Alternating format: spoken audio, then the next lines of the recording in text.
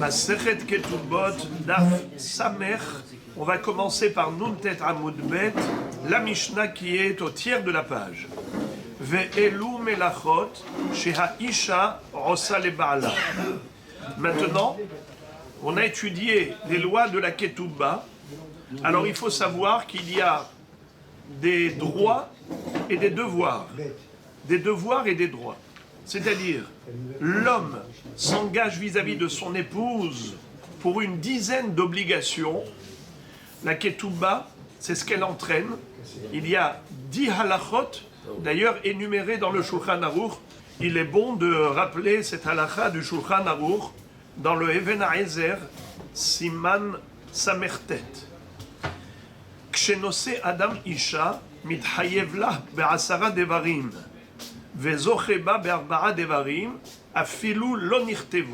C'est-à-dire que même si on n'a pas stipulé dans la Ketubah les engagements de part et d'autre, ce que l'homme doit à son épouse et vice-versa, eh bien, malgré tout, c'est tacite. L'obligation de l'un envers l'autre, c'est obligatoire. C'est ce qu'on appelle Tnaï Beddin. Même si la personne ne l'a pas dit, va de soi. Eluhen asara devarim. Voici les 10 obligations. Mesonoteha, c'est-à-dire quoi les mésonotes? La nourriture, pension alimentaire. Ksuta, la tenue vestimentaire. Ronata, les relations conjugales. Verikar ketubata, c'est-à-dire le montant minimal, si elle est Betula, c'est 212, si elle est Almana ou Grusha, 112. Urefuata, les soins médicaux.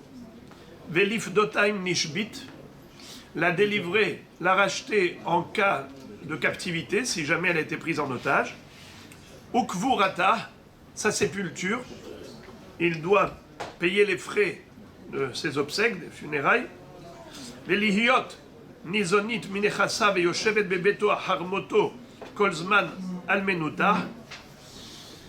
Elle a la possibilité de rester comme veuve dans la maison de son mari et on ponctionnera du patrimoine qu'il a laissé à ses héritiers pour lui reverser une pension alimentaire pendant toute cette période où elle a gardé fidélité.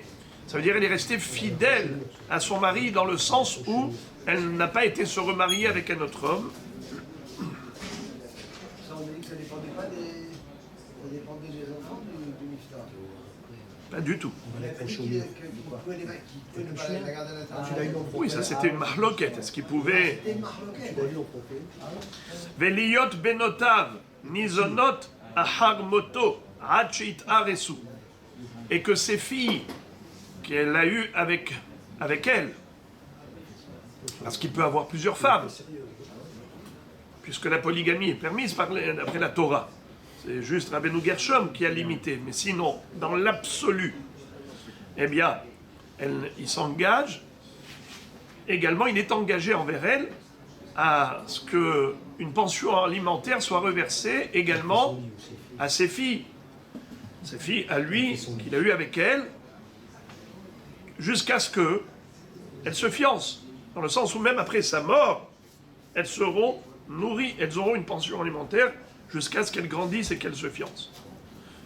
Veliyot baneha hazecharim imenu yorshim ketubata yoter al chelkam bayerusha she'im achehem.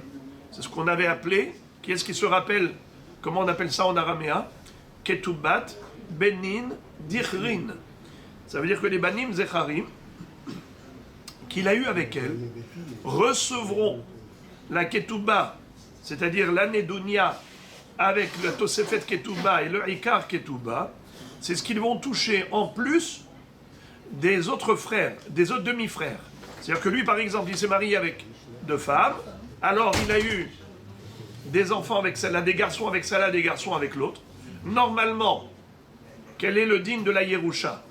Puisque ça passe par le père, on aurait dû prendre toute la Yerusha et la partager équitablement entre tous ses enfants.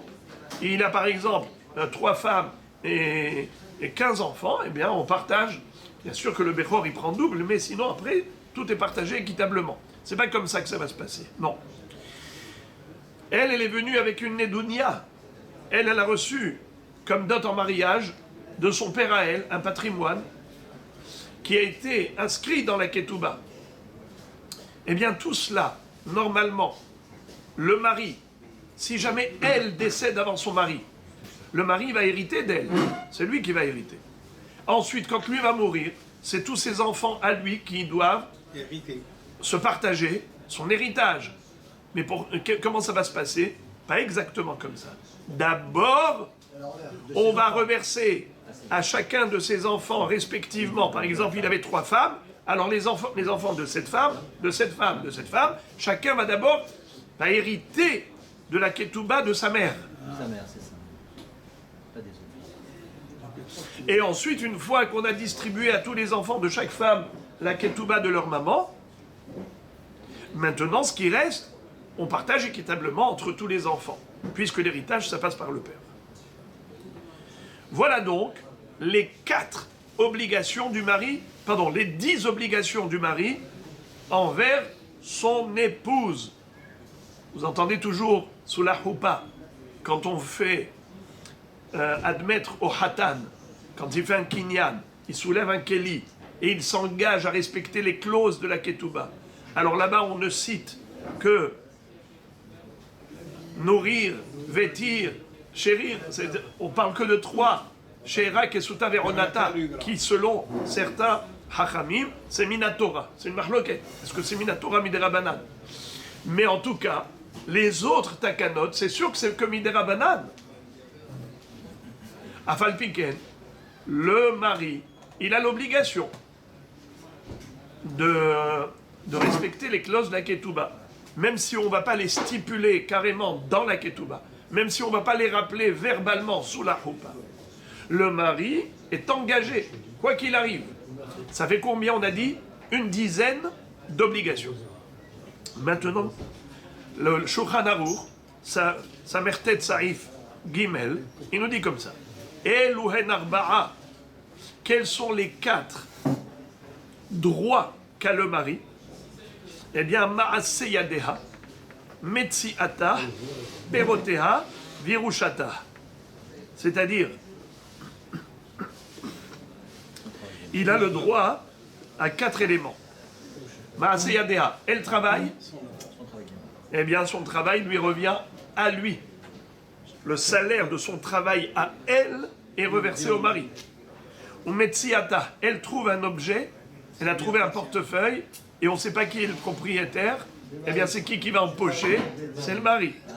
Ou Peroteha, elle a apporté un bien immobilier, ça s'appelle Nirsemilog, c'est qui prend les pérotes? Agouf Laïcha, à Perot la Baal. Yerushata, c'est lui qui héritera d'elle, si elle décède, eh bien le mari est l'héritier. Ok. Maintenant, nous allons voir que les Hachamim ont également institué que la femme assume des tâches ménagères à la maison au profit de son mari. C'est ce qu'on va apprendre dans cette Mishnah. Ve'elu melachot she'aisha osa leba'ala. Voici les travaux que la femme doit assumer dans le cadre du foyer conjugal. Premièrement, tohenet. Elle doit moudre le blé pour fabriquer de la farine. On verra dans la Gemara, qu'est-ce que ça veut dire qu'elle va moudre? Est-ce que c'est un moulin à main, qu'elle doit tourner la meule pour moudre, ou bien est-ce qu'on parle d'un moulin à eau, et donc ce moulin, il est automatique? Alors que veut dire que les tohenet? On verra dans la Gemara. Deuxième melacha, ve'ofa. Elle doit également cuire le pain. C'est-à-dire qu'après avoir fabriqué de la farine, elle va pétrir la pâte et elle va fabriquer du pain et le cuire. Mechabeset, elle doit laver le linge. Mevachelet, elle doit lui cuisiner. Menikat bena, elle doit allaiter son fils, son bébé. Elle a eu un bébé avec lui eh bien, il faut qu'elle allaite. Est-ce qu'elle peut prendre une nourrice à la place? Et elle dit au mari, c'est toi qui vas payer la nourrice. Non. Et il dit, moi je veux économiser la nourrice.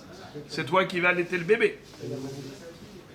Il peut donc, elle a donc l'obligation. Umatsaatlo et amita.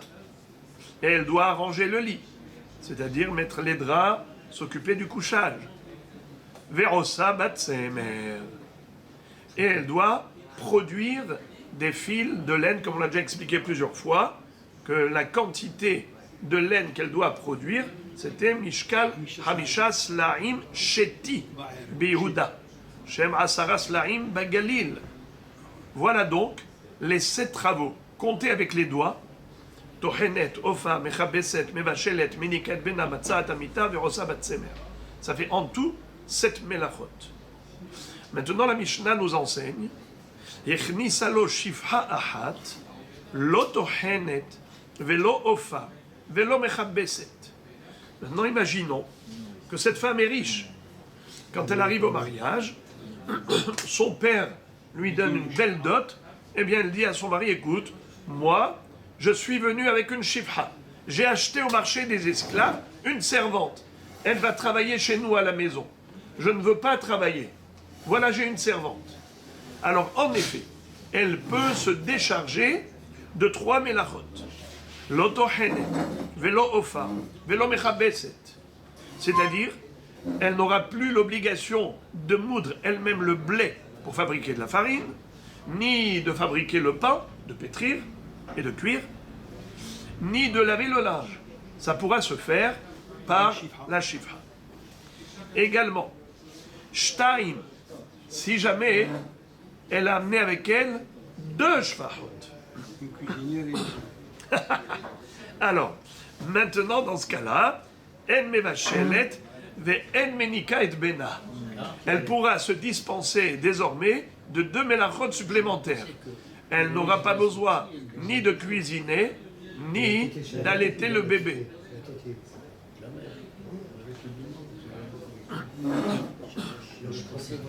Shalosh, si elle a 3, elle a fait rentrer 3 shfachot à la maison.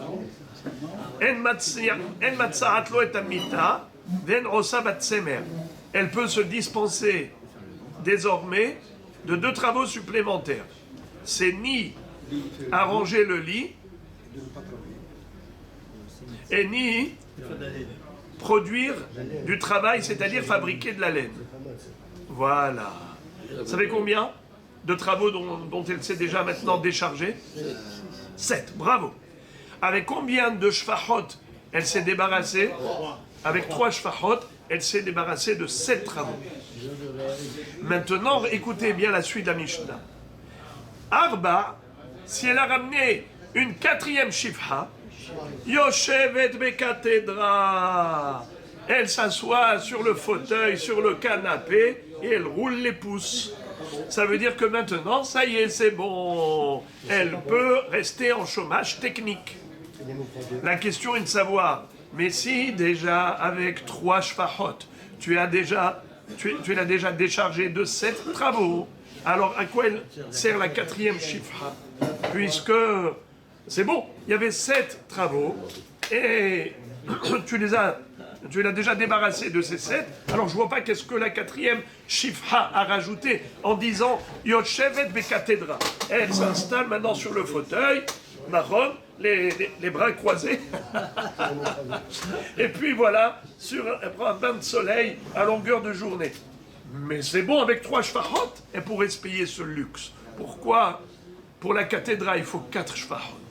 C'est qu'en fait, même si elle n'a pas d'obligation de tâches ménagères à proprement dit, qui sont bien définies, qui sont prédéfinies comme on vient de le voir, mais quand même, la femme a encore une autre obligation vis-à-vis de son mari, c'est les faits divers, c'est-à-dire toutes sortes de gestes. Tu peux aller me chercher mon portable, je l'ai oublié dans la chambre à coucher, tu peux me l'amener, je suis ici au salon. alors oui, il faut qu'elle aille lui chercher le portable. Les clés de la voiture, tu peux me les chercher, il faut qu'elle aille les chercher. Donc, il y a des faits divers qui sont des gestes de tous les jours, qui ne sont pas des actes prédéfinis, qui font partie de l'obligation de l'épouse vis-à-vis de son mari, de l'aider, de le soutenir dans ce sens. Mais si elle a une quatrième shifha, même ça, elle est dispensée. Il ne peut même pas lui dire « va me chercher le téléphone », parce qu'il y a une quatrième servante. Ça veut dire que la femme, finalement, elle fait le travail de 4 personnes. C'est beau, bonne remarque. Donc, combien on se doit d'être reconnaissant envers son épouse? Combien la personne doit avoir de la caratatore? Elle fait un travail de 4 personnes, tous les jours, sans se plaindre. Allez les amis, la fin de la Mishnah. Rabbi Eliezer Omer, Afilu ichnisa lo mea shefahot, kofah la'asot batzemer, she'abatala mevia lidei zima. Qu'est-ce que ça veut dire? Rabbi Eliezer dit, il n'est pas question de laisser la femme en chômage technique. Même si elle lui a ramené à la maison une centaine de shfahot, de servantes, la femme est obligée de fabriquer de la laine. Pourquoi? Car l'oisiveté conduit à la débauche. Si elle va se retrouver sans rien faire à longueur de journée, qu'est-ce que tu veux qu'elle fasse de son temps? Le mari va au travail, elle s'ennuie à la maison. Tu lui dis pas besoin de travailler. Qu'est-ce qu'elle va faire toute la journée? Dis-moi. Surtout de nos jours où, avec les réseaux sociaux, il y a une connexion de l'intérieur vers l'extérieur. Alors, Hasvé Shalom, c'est la débauche qui guette la dépravation, le risque que Hasvé Shalom glisse là-dedans. C'est la raison pour laquelle, même si elle lui a ramené une centaine de shfahot, et comme nous l'avions vu maintenant, très joliment, qu'elle peut se décharger de tous ses travaux, les 7 travaux qu'elle devait assumer dans le cadre de la vie familiale, malgré tout, il faut quand même qu'elle travaille et qu'elle fabrique de la laine tous les jours. Comme ça, c'est-à-dire qu'elle travaille, comme ça il n'y a pas de oisiveté et il n'y a pas de risque de débauche. Voilà, elle sera occupée et pas oisive. Eh bien exactement. Donc on voit ici que Rabbi Eliezer n'est pas d'accord avec Tanakama. Car Tanakama a dit qu'elle peut se décharger de travailler totalement avec 4 shfahot comme on a vu, chacune au fur et à mesure prend en charge un travail ou 2 travaux et finalement elle est libre. Eh bien non, Rabbi Eliezer dit ça n'existe pas. La femme n'a pas le droit d'avoir du temps totalement disponible. Qu'est-ce que tu veux qu'elle fasse de son temps? Si elle est oisive, Hasvé Shalom, c'est la porte ouverte à la zimma, à la znout. Une personne doit être occupée. D'ailleurs, c'est écrit dans Pirkei Avot. Yafa Torah im derech eretz, sheyegiat shenehem eshakahat avon. Le Yetzer Hara, il est toujours là. Et il guette la personne. Dès que la personne ouvre la porte, c'est-à-dire elle est oisive, le Yetzer Hara, il se présente. Il a du travail à proposer. Bon, alors les frères et les amis, regardez maintenant ce que dit Rabban Shimon ben Gamliel. Rabban Shimon ben Gamliel omer, Af hamadir et ishto mila'asot melacha, yotzi veiten ketouba, she'abatala mevia l'idée shi'amum. Qu'est-ce que ça veut dire? Imaginons que l'homme ait fait un neder pour interdire à sa femme de travailler. Et donc maintenant, il est en chômage technique. Qu'est-ce qu'elle fait de sa journée? Eh bien, figurez-vous que c'est tellement grave, l'oisiveté, que le mari qui l'a rendu oisive par le neder qu'il a fait, où il lui a interdit de travailler, maintenant il faut qu'il lui donne le guet et la ketouba. Yotzi veiten ketouba. Parce que ça veut dire quoi de tenir prisonnière une femme à la maison sans rien faire? C'est lui dire va faire des bêtises. Parce que qu'est-ce que tu veux qu'elle fasse? Toi, tu vas travailler. Elle reste toute seule à la maison. Et regardez la fin. Shabbatala mevia l'idée shi'amum. Car l'oisiveté entraîne la dépression, la démoralisation. Une femme qui va passer tout son temps à ne rien faire jour après jour, elle devient folle. Comme ça dit Rachid, Shirmoum, Shigaon. L'oisiveté est la mère de tous les vices. Bravo, l'oisiveté est la mère de tous les vices. Alors maintenant, quelle est la différence entre Rabbi Eliezer et Rabban Shimon ben Gamliel? Apparemment, c'est blanc, bonnet blanc. Il y en a un qui a dit Habatala Meviali des Zima. Il y en a un qui a dit Habatala Meviali des Shirmoum. L'oisiveté entraîne à la débauche. L'autre a dit l'oisiveté entraîne à la dépression. Conduit à la dépression. Quelle est la différence entre conduire à la débauche ou conduire à la dépression? La débauche, Apparemment, les deux sont d'accord sur l'histoire de ne pas laisser la femme oisive. Eh bien, écoutez bien. On verra ça après dans la Gemara. C'est pour une femme qui s'occupe. Elle n'a pas les bras croisés, mais elle s'occupe avec quoi? Avec des jeux. Elle va jouer à la belote. Elle va prendre des verres avec ses copines. On va passer du bon temps. Elle passe du bon temps. Elle ne va pas devenir folle. Elle ne va pas tomber dans la dépression. Parce qu'elle s'occupe. Elle s'occupe. Donc il n'y aura pas de shirmoum. Mais qu'est-ce qu'il va y avoir, les amis? Donnez-moi. Zima. Le risque de débauche. Avec le jeu. C'est ça son occupation. C'est comme ça qu'elle meuble son temps. Avec toutes sortes de jeux légers. Eh bien, le résultat ne va pas se faire attendre. Dans ces endroits-là où on passe son temps qu'à jouer, qu'à blaguer, qu'à nanana, eh bien, ashok, mevi l'idée erva. Ashok ve'alatson, mevi l'idée erva. La raillerie et la légèreté, ça entraîne à la débauche. Alors les frères et les amis, donc voilà la différence. Il y en a un qui dit que si elle n'arrive pas à la dépression, elle arrive à meubler son temps avec des jeux. T'es pas obligé, tu l'obliges pas à travailler. C'est bon. Ça c'est Rabban Shimon Gamliel. Rabbi Eliezer dit non. Il faut qu'elle travaille, qu'elle fabrique de la laine, qu'elle fasse quelque chose de constructif. Quoi, du jeu, c'est quoi? C'est du vide plus du vide. C'est quoi ces jeux-là? Il y a un risque de zima. Donc il faut qu'elle travaille. Donc voilà, vous avez compris quels sont les 7 travaux qui lui incombent à la femme dès le mariage. Ok, Rabbi Yosef, comme vous n'étiez pas là, on a étudié les 7 travaux. Tohenet, Ofa, Mechabeset, Mevashelet, Menika, Matzarat et Amita. Merosa Batsemer. Voilà les 7 travaux qu'une femme doit assumer dans le foyer conjugal. Mais si elle amène des shvachot, elle amène une shivha, elle se décharge des 3 premiers travaux. Deuxième shivha, elle se décharge de 2 travaux. Troisième, encore jusqu'à la fin, les 7 travaux. Quatrième, elle peut rouler les pouces sur le fauteuil. Mais les autres rabbanim ont dit non. Même si elle a ramené une centaine de shvachot, elle ne peut pas se décharger de travailler parce que c'est dangereux. L'oisiveté. Fin de la Mishnah, début de la Gemara. D'abord, la Gemara voudrait comprendre qu'est-ce que c'est que cette histoire. Le premier travail qui lui incombe, c'est moudre le blé. Tohenet salka da'atach, quoi bémet? Il faut qu'elle aille prendre du blé, qu'elle commence maintenant à moudre. Il faut des bras musclés pour ça. La Gemara dit non, elaïma matchenet. Elle fait moudre. Qu'est-ce que ça veut dire?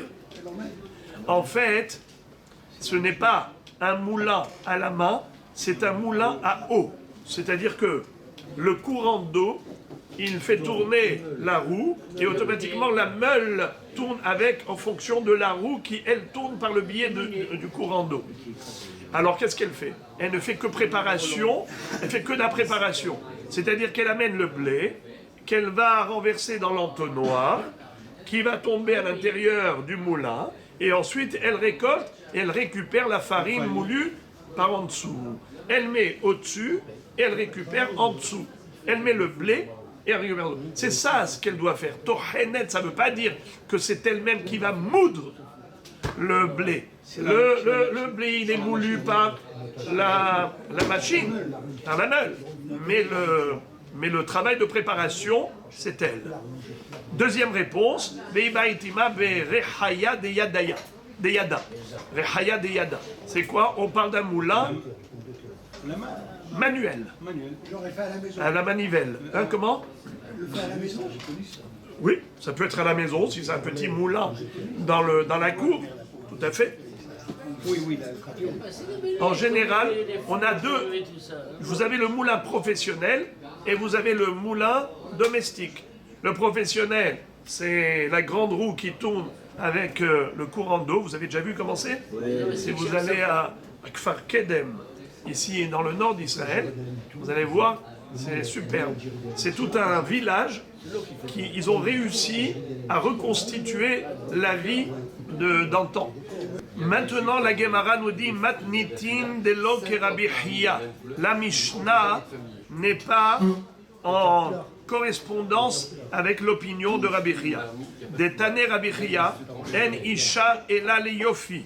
Rabbi Hiya dit, contrairement à la Mishnah, que la femme n'est pas tenue ni de moudre le grain de blé, ni de fabriquer du pain, c'est-à-dire de pétrir la pâte et de faire des formes et de cuire, Ni de cuir.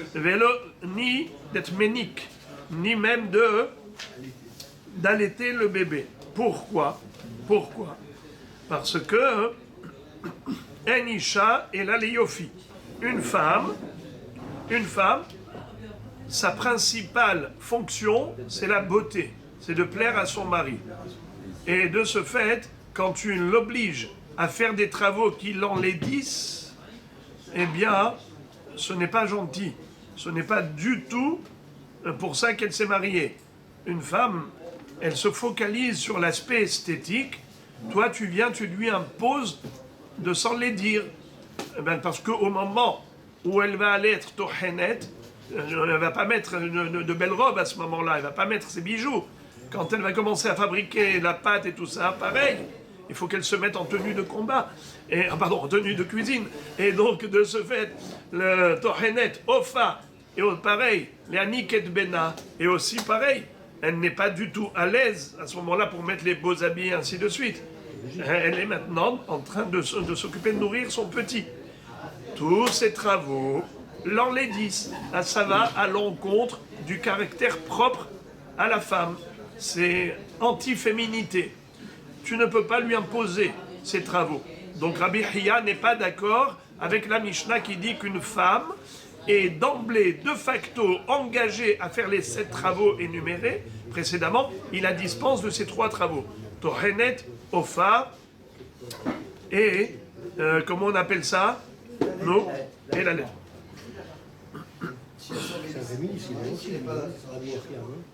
Il y a une chose que j'aurais pensé que Ménica, on le laisserait... Regardez ce que dit le Tosfot, l'avant-dernier Tosfot en bas. Et c'est les 5 dernières lignes. Taner Rabbi Hiya, En Isha Ela le Yofi, Lopalig Ela Tohenet, Ve Ofa ou Ménica et Bena, Ve Kayotse Bahem ou des travaux semblables, chez Machishot et Yofia, qui l'enlaidissent. Avala Rosa Batsemer Lopalig, par contre, elle est obligée de fabriquer de la laine, des Maaseyadeh Atahat Mezonot. Parce qu'après tout, elle reçoit la nourriture de son mari, il faut qu'elle l'aide à supporter la charge de la Parnassa. Également, En Isha et là les Banim. Vetane Rabbi Hiya, En Isha et là les Tarchite Nashim. Les Tarchite Isha. C'est-à-dire, Rabbi Hiya nous dit que également la femme a sa fonction principale, c'est d'engendrer des enfants. Donc la beauté, engendrer des enfants. Vetane Rabbi Hiya, En Isha et la Tarchite Isha, elle a besoin de s'embellir avec des bijoux et de beaux vêtements. Vous vous rappelez qu'est-ce que disait Rabbi Hiya dans Masechet Yebamot? Il avait une femme qui était très dure. Et à chaque fois, il lui offrait des cadeaux. Et quand Rav lui a dit « Mais je ne comprends pas pourquoi tu lui offres des cadeaux, mais elle est méchante avec toi », il lui a dit « Ça nous suffit amplement qu'elle nous protège de la faute et qu'elle éduque nos enfants. » C'est exactement ce qu'on voit ici. Il a dit « Enisha et la Léofi, Enisha et la Lébanim ». C'est exactement les 2 principales fonctions de la femme. Voyez-vous comment Rabbi Hiya est fidèle à sa propre opinion. Ce qu'il dit dans Masechet Yebamot complète ce qu'il dit ici dans Masechet Ketubot. Et Rabbi Ria continue. Et il nous dit, Vetane Rabbi Ria Rotse Sheyaden et Ishto, Yalbishena Kelepishtan. Celui qui veut faire resplendir son épouse, eh bien, il faut qu'il lui achète de beaux vêtements de lin. Harotse Sheyalbin et Bito, Yachilena Efrohim Yashkena Halab Samuch Lepirka. Celui qui veut également que sa fille, qui va ensuite marier, donc il faut qu'elle trouve un beau hatan, un hatan qui la veuille. Alors pour que le hatan la veuille, il faut qu'elle soit belle. Comment l'embellir? Eh bien, quand elle approche l'âge de la puberté, il faut qu'il lui donne à manger des bons coquelets, des petits poussins, comme les Tunisiens pendant Yitro, mais c'est pas que Yitro, c'est toute l'année. Et également Yashkena Halav, qui lui donne à boire du lait, et c'est comme ça qu'elle aura un beau teint.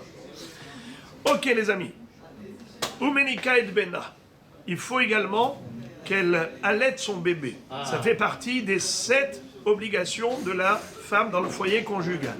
Lima matniti, dès lors que Bet Shammai, a priori, notre Mishnah n'est pas d'accord avec Bet Shammai.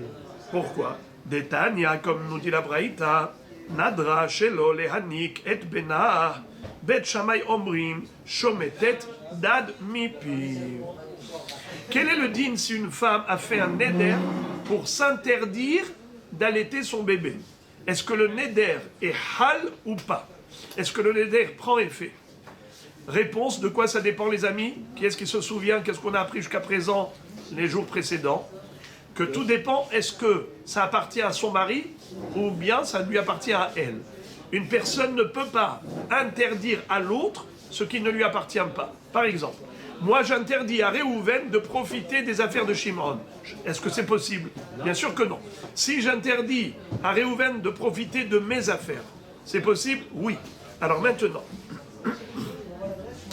le devoir d'allaitement du bébé, est-ce que ça appartient au mari ou pas? Alors, la Mishnah nous avait dit que oui, la femme est tenue d'allaiter son bébé. Si elle est tenue d'allaiter son bébé, ça veut dire que c'est le droit de son mari. Est-ce qu'elle peut empêcher son mari? Est-ce qu'elle peut, c'est-à-dire, est-ce qu'elle peut s'interdire de donner à son mari ce qui lui revient de droit? Réponse non, parce que si ça lui revient de droit, ça lui appartient. Elle ne peut pas lui interdire à lui de profiter de ce qui est à lui. Et si elle lui doit ce profit, à savoir allaiter son bébé, parce que ça lui économise une nourrice, car si elle ne l'allaite pas à ce bébé, lui, qu'est-ce qu'il doit faire le papa? Il doit aller chercher une nourrice, payer une nourrice. Maintenant, quand elle allaite le bébé, lui en profite, car il a économisé les frais de la nourrice. Alors maintenant, quand elle fait un éder et qu'elle s'interdit de l'allaiter, en d'autres termes, elle prive son mari de son droit.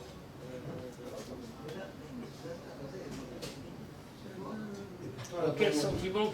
Est-ce qu'elle est habilitée à le faire? Eh bien, Bet Shammai disent oui. Shometet dad mipiv. Elle peut retirer le sein maternel de la bouche du bébé. Pourquoi? Parce qu'elle a fait un éder pour s'interdire de l'allaiter. La Gemara dit donc Bet Shammai ne correspond pas à notre Mishnah.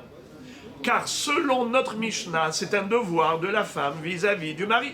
Si c'est un devoir de la femme vis-à-vis du mari, donc ça appartient au mari. Si ça lui appartient, elle ne peut pas lui interdire à lui ce qui lui appartient. Or, Bet Shammai, on dit que oui, elle peut priver le bébé du sein maternel. Et au mari maintenant d'aller chercher une nourrice. C'est son problème au père, pas à la mère. Alors, ça veut dire que Bet Shammai n'est pas d'accord avec notre Mishnah. Donc notre Mishnah, Delok et Bet Shammai. Entre parenthèses, la Gemara cite quelle est l'opinion de Bet Hillel. Mais Bet Hillel obrim kofar manikato. Bet Hillel disent pas du tout. Exactement comme a dit notre Mishnah, que c'est un droit du mari d'imposer à son épouse l'allaitement. Il n'est pas obligé d'aller payer une nourrice supplémentaire, des frais supplémentaires. Car c'est le devoir de l'épouse vis-à-vis du mari que d'allaiter son bébé. Par contre, Nidgar Esha, si ils ont divorcé, Enokofa, dans ce cas-là, étant donné qu'ils ont divorcé juste après l'accouchement, maintenant il n'est plus obligé de respecter le desiderata du mari, puisqu'elle ne lui doit plus rien, ils ont divorcé, ils sont séparés. Alors maintenant, c'est qui doit s'occuper de la nourriture du bébé? C'est pas la mère, c'est le père. La nourriture du bébé incombe au père jusqu'à l'âge de 6 ans. Vous vous rappelez? On est divorcé. Quand ils ont divorcé, qui doit nourrir les enfants? C'est pas la mère. Qui doit nourrir les enfants? C'est le père. Alors qu'il aille se payer une nourrice. Enokofa, Nidgarsha, Enokofa. Si elle veut vraiment lui mettre les bâtons dans les roues, elle lui dit je veux pas l'allaiter, sinon tu me payes. Tu veux que je l'allaite, paye-moi.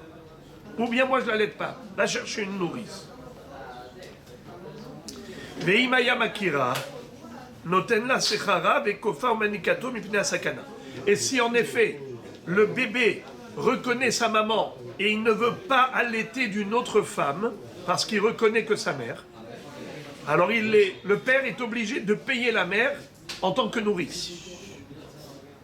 Et il l'oblige à allaiter le bébé à titre de sakanat nefashot parce que sinon le bébé va crever de faim.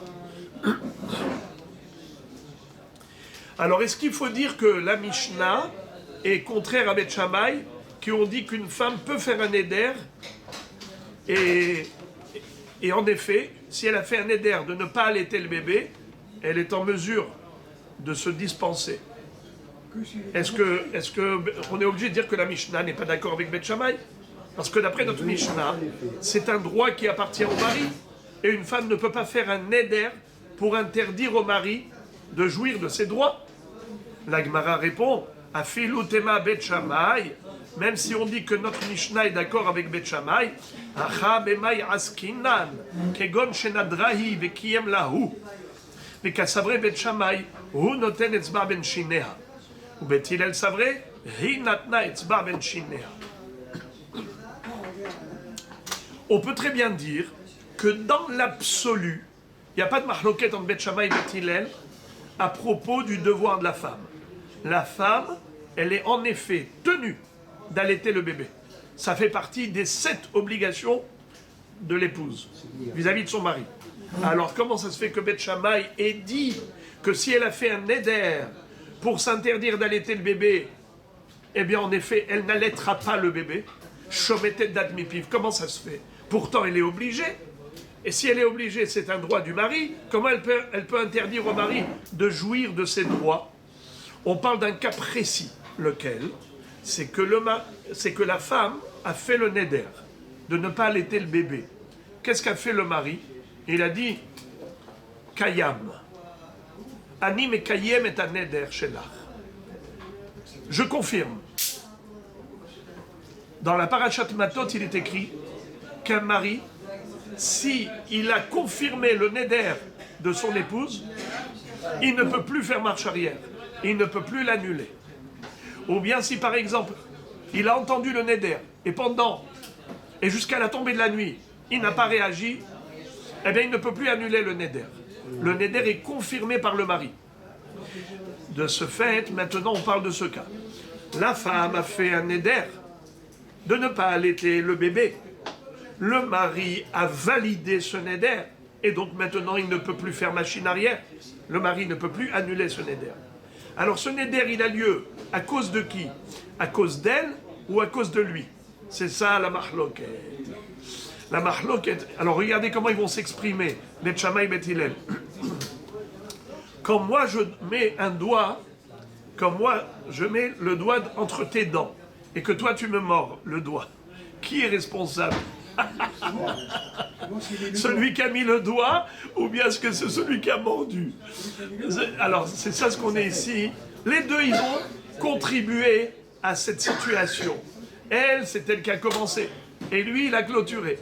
Elle a fait le neder, et lui, il a confirmé, il a validé le neder, il a verrouillé l'histoire. Alors on considère comme ça. Si on dit que c'est lui qui est coupable, parce qu'il a validé le neder, au lieu de dire moufarlach, il pouvait maintenant annuler le neder en 2 mots. Moufarlach. Et lui, qu'est-ce qu'il a dit? Kayem lechi. Au contraire, il a validé. Alors regardez qu'est-ce qui est écrit.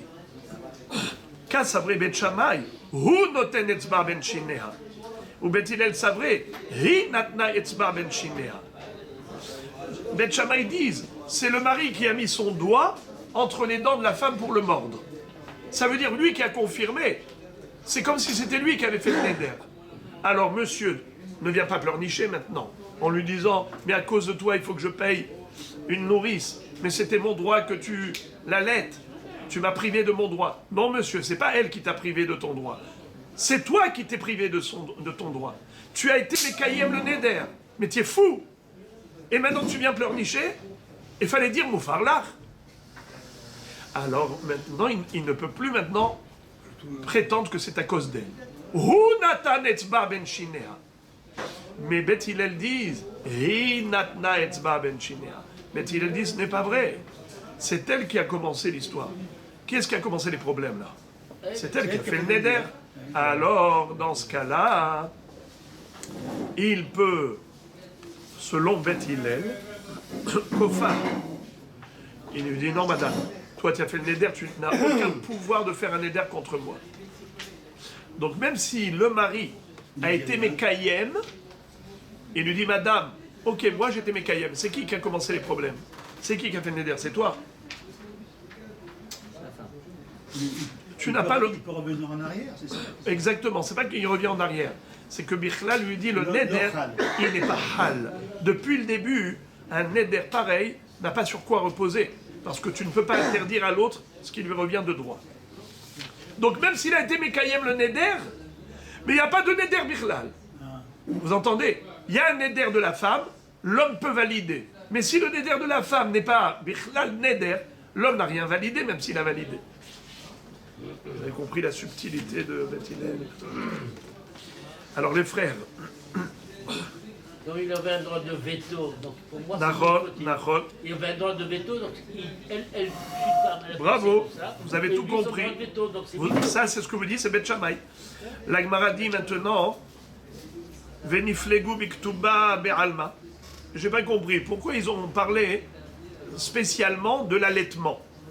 On aurait pu parler de manière générale de tous les hiyuvim de la ketouba. Il n'y a pas que ça. Tous les profits dont l'homme jouit de son épouse. Pourquoi est-ce qu'on a parlé spécialement que de l'allaitement? Il n'y a pas que ça. Verotan, il y a Bet Shammai Omrim, Ena Menika. Bet Shammai, de manière générale, même si ce n'est pas une histoire de neder, il dit qu'une femme n'a aucune obligation d'allaiter son bébé. Ça veut dire que si le mari veut qu'elle allaite, eh bien, il n'a qu'à payer. C'est-à-dire le prix d'une nourrice. Combien coûte une nourrice? Eh bien, tu reverses cet argent à ta femme. C'est ce que disent Bet Shammai. Alors, ne me dis pas que la Mishnah, elle est en adéquation avec Bet Shammai. C'est sûr que notre Mishnah et Bet Shammai sont en contradiction. C'est une mahlok. Matnitin de la ke Bet Shammai. Comme ça dit la Gemara. Et la mihavarta matnitin de la ke Bet Shammai. C'est la conclusion. Et maintenant, nous allons passer à un autre sujet. Imaya Makira. On a dit dans la Braïta que Bet Hillel prétendait qu'une femme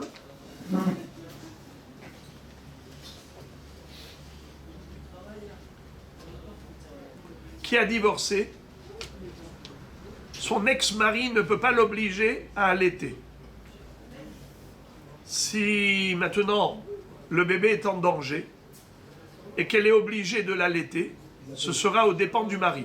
C'est lui qui va payer les frais de nourrice. Ça veut dire qu'elle lui dit, d'accord, c'est moi qui vais l'allaiter parce que sinon il ne veut pas boire le lait d'une autre nourrice, mais c'est pas moi qui vais payer ces frais-là. C'est toi qui vas me payer. Pension alimentaire s'il a divorcé.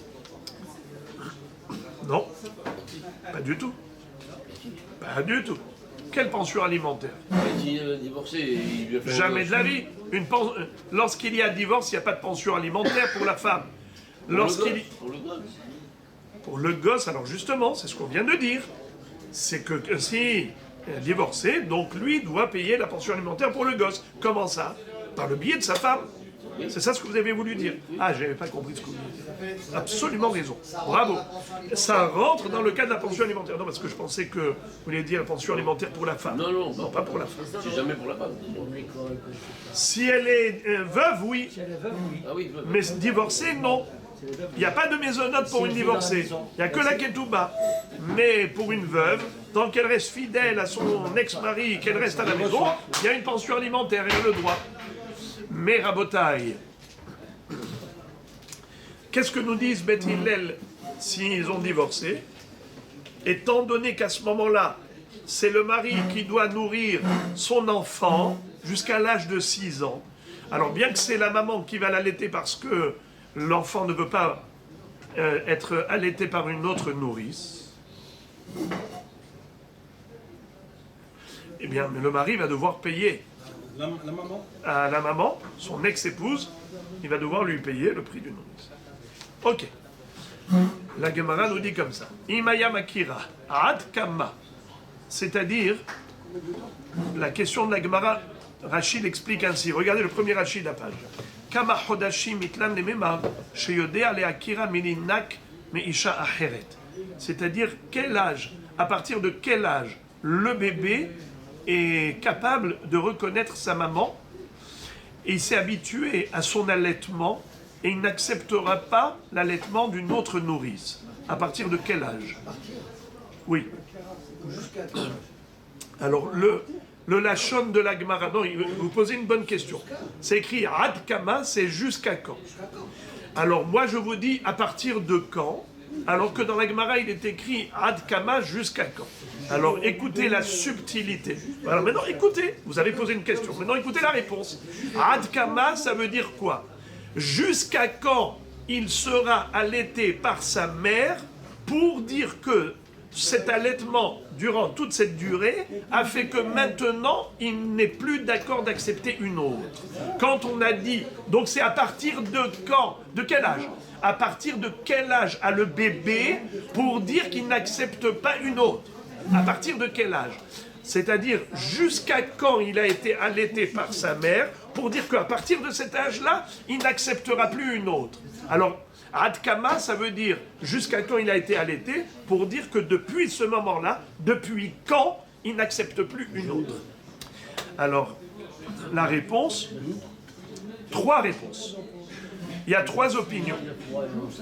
Il y en a un qui va dire 3 mois, il y en a un qui va dire 30 jours, il y en a un qui va dire 50 jours, et la Gemara va expliquer tout ça. Amarava, Amarabirmi, Abaraba, Amarav, Shlosha Hodashim. Selon Rav, s'il a été allaité pendant 3 mois, désormais il n'acceptera plus une autre nourrice. Shmuel Amar, Shloshim Yom. Shmuel dit 30 jours. Rabbi Yitzhak Amar Rabbi Yochanan, Chamishim Yom. Selon Rabbi Yochanan, 50 jours. Amar Rabbi Shimi bar Abaye, Halacha ki Rabbi Yitzhak, Shamar Mishum Rabbi Yochanan. Selon Rabbi Shimi bar Abaye, la halacha elle est comme qui? Comme Rabbi Yochanan qui a dit 50 jours. Que s'il a été allaité par sa mère jusqu'à 50 jours, à partir de cet âge-là, il n'acceptera plus une autre nourrice. La Gemara pose la question suivante.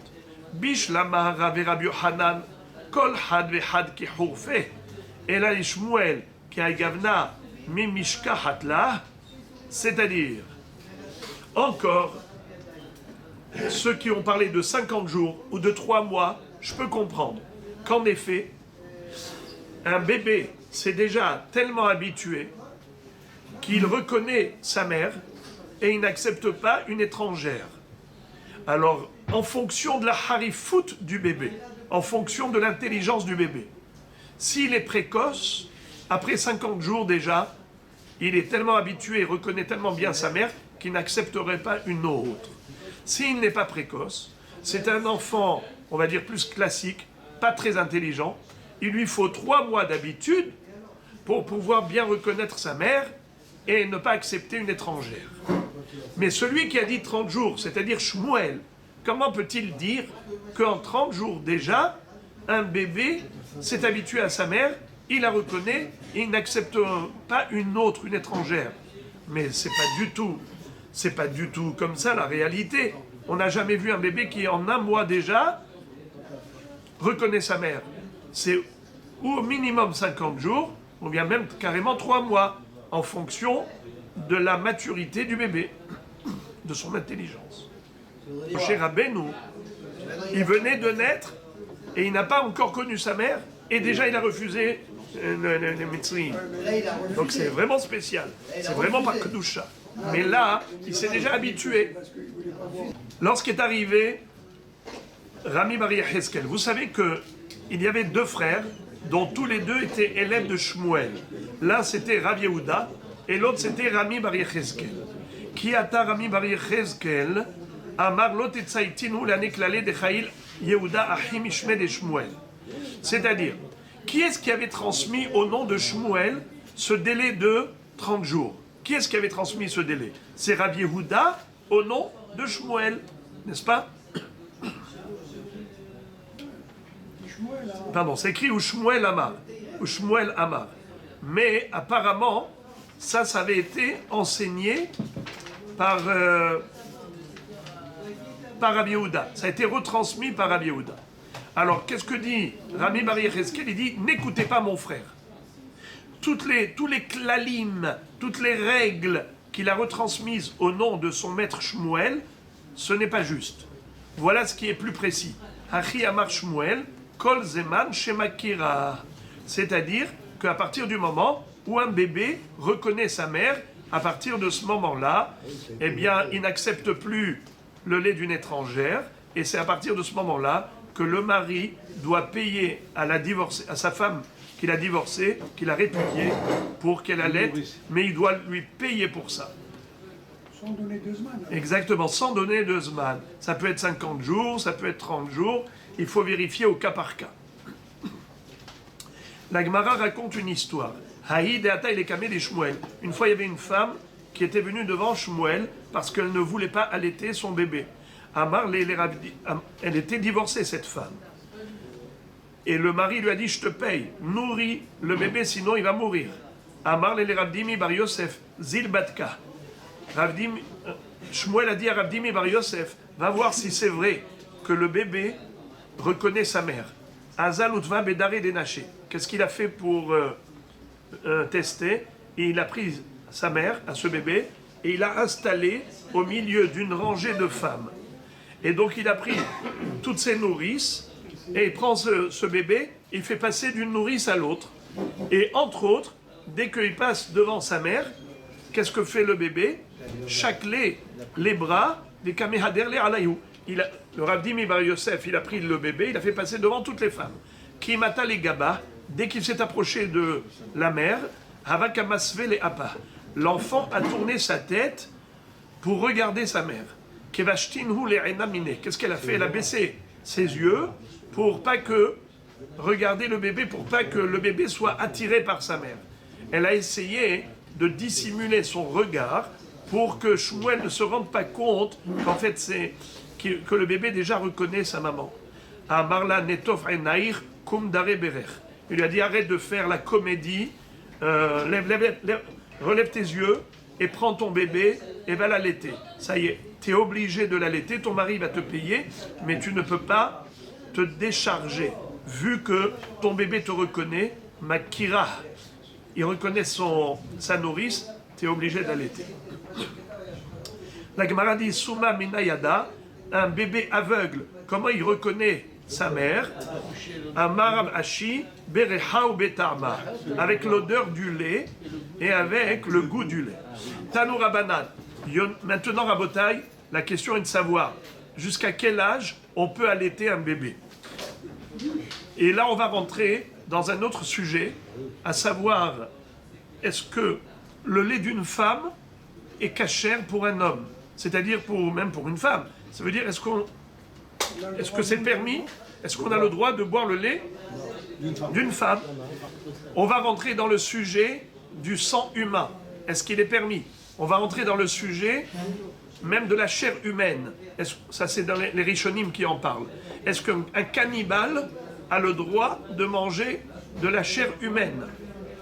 C'est-à-dire, Voilà, par exemple, quelqu'un, il y a un morceau de chair ils ont fait une opération, ils ont coupé un morceau de sa chair, ils ont amputé. Est-ce que c'est moutard de manger de la chair humaine? Vous connaissez l'histoire du père et du fils cannibale. Ils ont vu deux personnes. Il y en avait un qui a une kippa et l'autre sans kippa. Il lui a dit, papa, c'est quoi ça? Il lui a dit, ben ça c'est kasher, ça c'est pas kasher. En fait, est-ce qu'il y a issour de manger de la chair humaine? Du lait d'une femme qui est du lait humain? Est-ce qu'il y a issour de sucer le sang qu'on a entre les gencives? Du sang qui coule d'une plaie? Alors on va étudier un petit peu. Tanour Abanan, Yonek Tinok Veholer, Ad Esrim Ve'arba'a Chodesh. Mikan Vailach, Keyonek Sheketz. La Baraïta nous enseigne que le bébé, il faut l'allaiter jusqu'à 24 mois. Au-delà de 24 mois, il ne faut plus l'allaiter, d'ivrei Rabbi Eliezer, selon Rabbi Eliezer, parce que c'est comme s'il buvait un liquide dégoûtant. Yonek sheketz. D'avoir meshukatz. Et en effet, ce issour n'est pas un issour de la Torah, c'est un issour comme Idera Banan. Rabbi Yehoshua Omer, Afilu Arba Vechamesh Shanim. Rabbi Yehoshua nous dit que le bébé peut allaiter encore jusqu'à l'âge de 4 ans ou 5 ans. Tosfot explique 4 ans s'il est en bonne santé, 5 ans s'il est en faible santé. Et il a besoin d'être allaité davantage, alors c'est permis de l'allaiter jusqu'à l'âge de 5 ans. Amar mort. Alors je reprends. Rabbi Yehoshua Omer, Afilu Arba Vechamesh Shanim. La conclusion de la Baraïta est la suivante. Pirash, les Haresrim Verba Chodesh, Vechazar, Kiyonek Sheketz. Rabbi Yehoshua, qui a dit que l'allaitement n'est pas limité jusqu'à 2 ans, n'est pas limité à 2 ans, 24 mois, mais il peut y aller jusqu'à 4 ans ou 5 ans, mais il y a un cas de figure où il est d'accord que l'allaitement est limité à 2 ans. Dans quel cas? Si par exemple, elle a allaité 2 ans, et après, pendant quelques jours, elle ne l'a pas allaité, ce qu'on appelle pirache. Il s'est séparé de sa mère. Dans ce cas-là, il ne pourra pas revenir au lait maternel. La femme ne pourra pas l'allaiter à nouveau. Fin de citation. Car si il s'est séparé de sa mère, dans le sens où elle ne l'allaite plus, et après elle recommence, dans ce cas-là, Behemet, c'est comme Yonek Sheketz. C'est cette notion de Davar Ma'ous, comme si c'était quelque chose de dégoûtant, où on retrouve qu'il ne faut pas manger quelque chose de dégoûtant.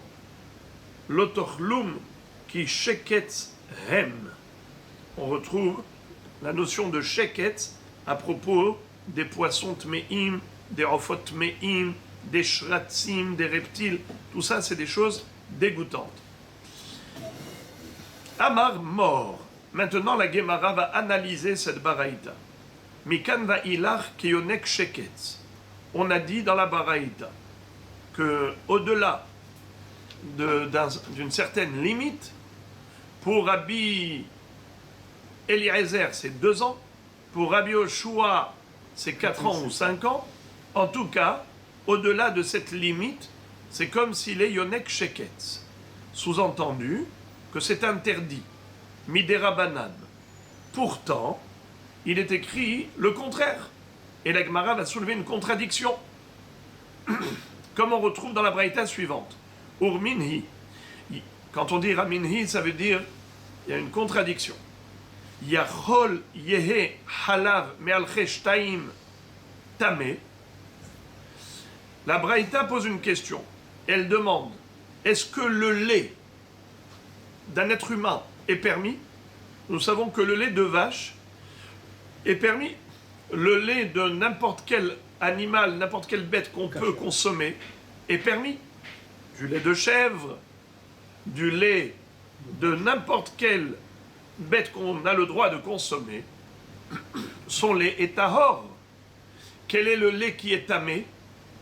Le lait d'une bête qu'on n'a pas le droit de consommer, comme par exemple la chamelle, l'ânesse, la truie, la jument, toutes les bêtes qu'on n'a pas le droit de manger, qui sont tamées pour nous. Car le mot tamé, j'ouvre une parenthèse, le mot tamé a une double connotation. Soit ça veut dire impropre à la consommation, ça s'appelle tamé, comme ça la Torah dit par exemple de ne pas manger le porc, ne pas manger le chameau, de ne pas manger le cochon. Et comment la Torah les appelle? Tamé.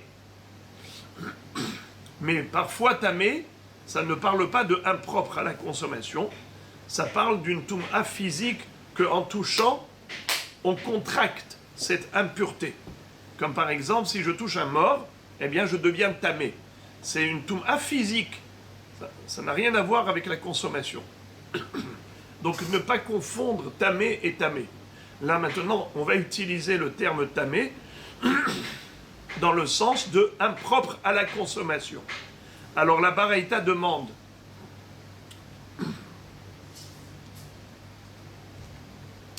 d'une part on a du lait qui est tamé, c'est-à-dire du lait de chamelle, d'ânesse, qu'on n'a pas le droit de boire. D'autre part on a du lait de vache par exemple, qu'on a le droit de boire. Qu'en est-il du lait humain, c'est-à-dire le lait maternel? Ça sort d'un corps, non pas d'un animal, mais d'un être humain, qui marche à deux pieds, pas à quatre pattes, comme une bête. Alors regardez la question que pose la Baraïta. Yachol yehe halav me'alcheshtaim tamé. Est-ce que le lait d'un être qui marche à deux pieds serait tamé, c'est-à-dire impropre à la consommation? Vedinu, eh bien, on va faire marcher la logique. Uma behema shekalta bemagga'a, ihmarta behalava, adam shehmarta bemagga'o, enodin shetahmir behalavo. La Braïta nous dit que selon la logique, en effet, selon la logique, on devrait interdire le lait maternel. Pourquoi?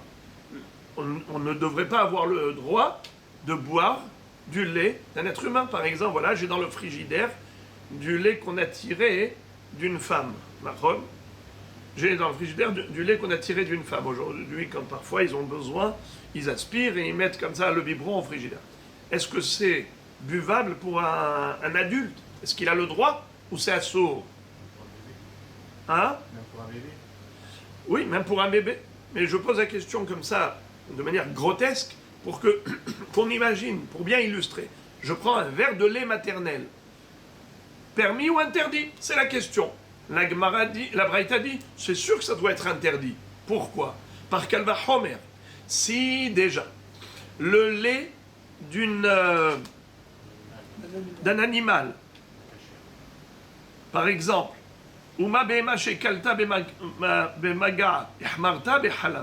c'est-à-dire, prenons par exemple, j'ai un cheval, plutôt une jument, d'accord? J'ai une jument, ou une ânesse, je la touche avec mes mains. Est-ce que je contracte de l'impureté? Non, bravo. C'est seulement si la bête est morte et que je touche la charogne, un cadavre, ça oui. Mais tant qu'elle est vivante, il n'y a aucune toum'a qui passe. Maintenant, est-ce donc on a dit qu'un animal ne peut pas contracter et ne peut pas transmettre et comment on appelle ça, communiquer de la toum'a tant que l'animal est vivant. Est-ce qu'un être humain peut communiquer de la toum'a quand il est vivant? Oui. Une personne qui est tamée, elle touche une autre, elle la rend tamée. Par exemple, une nida, elle est tméa, elle touche une personne, elle la rend tamée. Quelqu'un qui a touché un mort, après il touche un autre, il la rend tamée.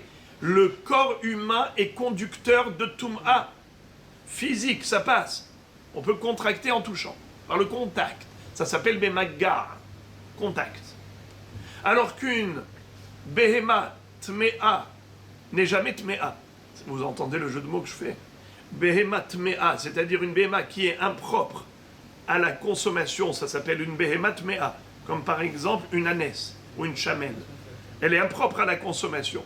Mais si je la touche, est-ce que je deviens tamé? Non. Pourquoi? Une bête vivante, même si elle est impropre à la consommation, elle n'est jamais conductrice de Toum'a. Elle ne peut jamais communiquer de la Toum'a. Nachon, en la touchant par le contact. Alors maintenant, regardez le Kalva Homer. Si déjà une bête qui ne communique pas de la Toum'a par contact, son lait est interdit à la consommation, il est impropre à la consommation, c'est-à-dire le lait de la jument, de la chamelle, de l'ânesse, de la truie, ce sont des laits interdits à la consommation. Et pourtant, le corps de la bête elle-même, si je touche le corps de la bête, rien ne se passe. Alors maintenant, la femme, elle, c'est un être humain qui communique de la Toum'a. Par exemple, une femme nida, si je la touche, je deviens tamé. Dès que je touche, tout de suite, je deviens tamé.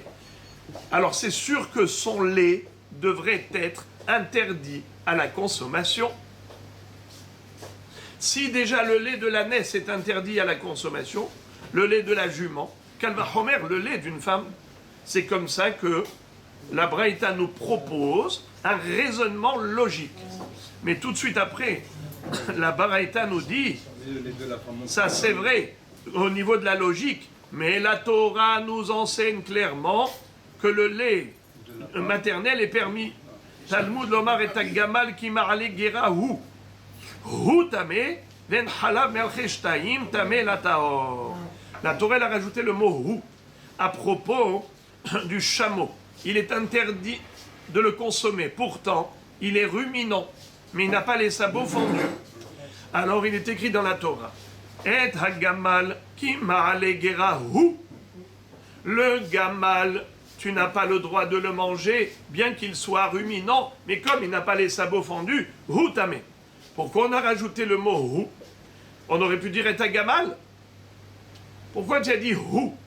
Hu pour dire, lui le gamal est interdit, son lait est interdit, mais l'être humain, son lait n'est pas interdit. À savoir, le lait d'une femme n'est pas interdit. Vous pouvez, par exemple, si on a aspiré le lait du sein maternel, et ce biberon est dans le frigidaire, il n'y a pas d'interdiction de le boire. Nachon, il n'y a pas de issour. Hu tamé ven halav me'alche shtaim tamé. Et la tahor. Ici je dis tamé tahor dans le sens de impropre à la consommation ou propre à la consommation, c'est-à-dire permis ou interdit. Bien oui, c'est permis. La Braïta continue, elle dit Yachol otzieta halav sheno shave bakol velo otzieta dam shu shave bakol. Autre question. Quel est le digne du sang humain? Permis à la consommation ou interdit à la consommation? Car il y a écrit le mot hu. Hu, le gamal, le chameau, je n'ai pas le droit de boire son lait. Mais la femme, oui, permis.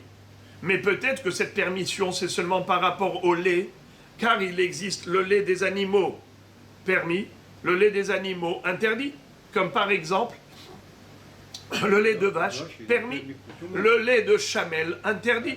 Mais qu'en est-il du sang humain? Peut-être que le sang de l'homme est interdit à la consommation, puisque le sang, c'est pire que le lait.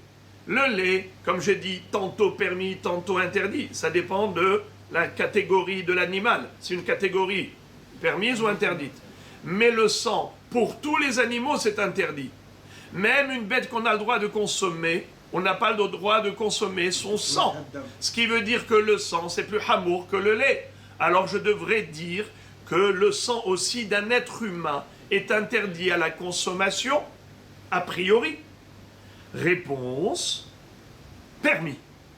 D'où je le sais? Parce qu'il est écrit, Hu, Talmud lomar Hu, Hu tamé ve'enda melcheshtaim tamé elatahor. Qu'est-ce que ça veut dire?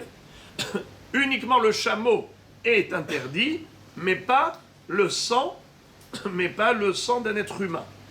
Uniquement les animaux le sang des animaux est interdit, mais le sang des humains n'est pas interdit à la consommation. Le même mot, hu, qui est restrictif, exclusif pour dire lui, non, lui, oui, eh bien, en effet, c'est de là qu'on a déduit l'autorisation. Alors maintenant, la Braïta continue et elle dit, pardon, la Rav Sheshet, qui est Emora, il conclut cette Braïta et il dit, Ve'amar Rav Sheshet, afilu mitzat prisha enbo. C'est-à-dire qu'il n'y a même pas d'interdiction rabbinique de boire le lait maternel, le lait d'un être humain, c'est permis.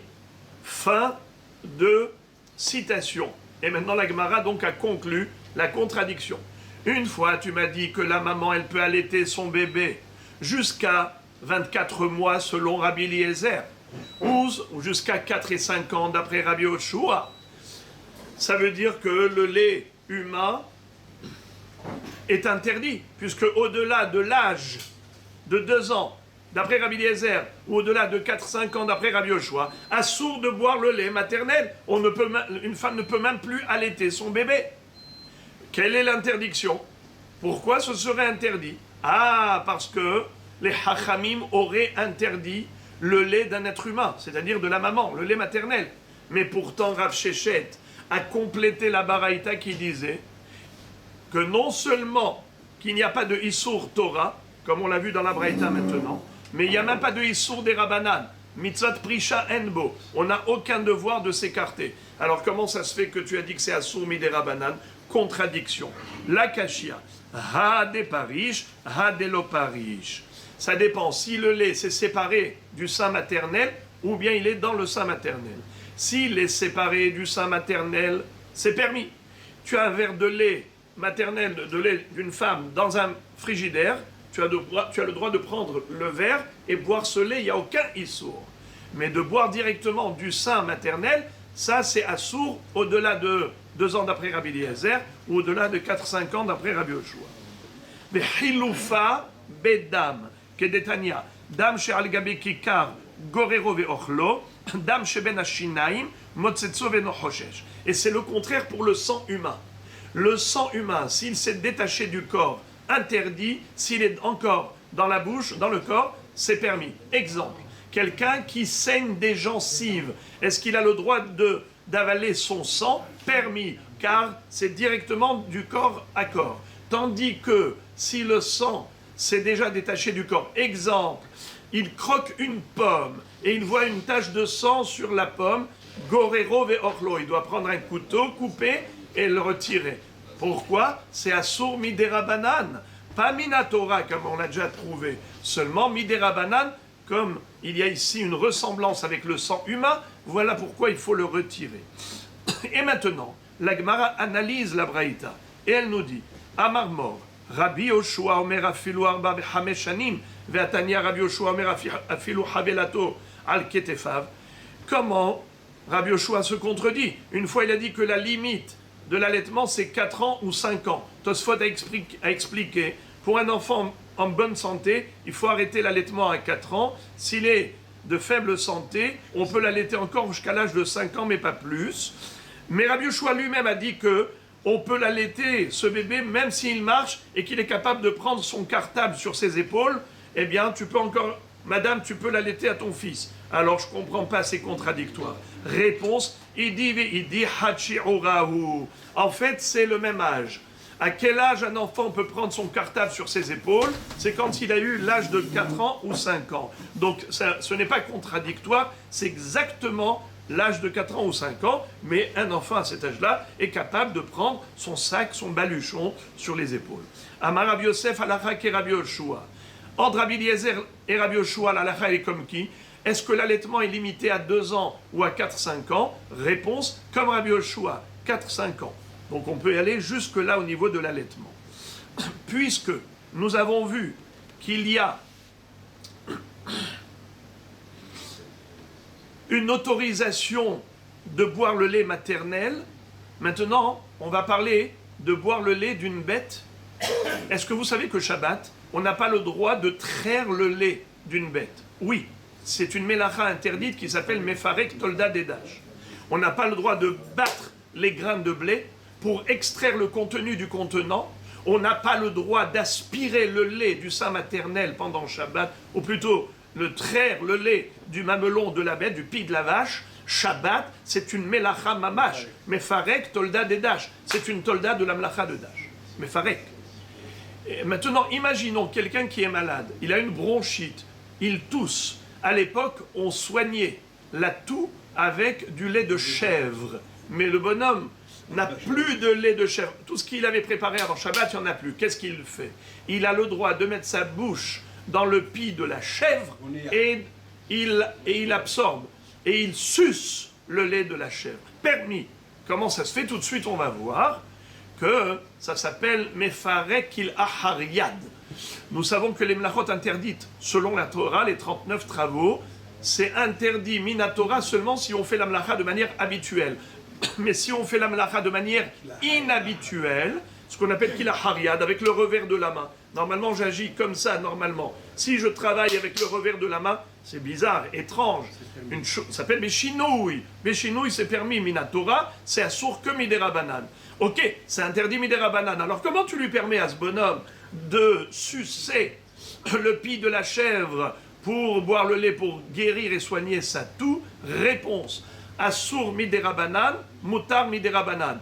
Hachamim ont dit interdit pour tout le monde et eux ont permis pour le malade. Donc ce monsieur, il a une bronchite, Hachamim lui ont permis à lui spécialement. Je relis.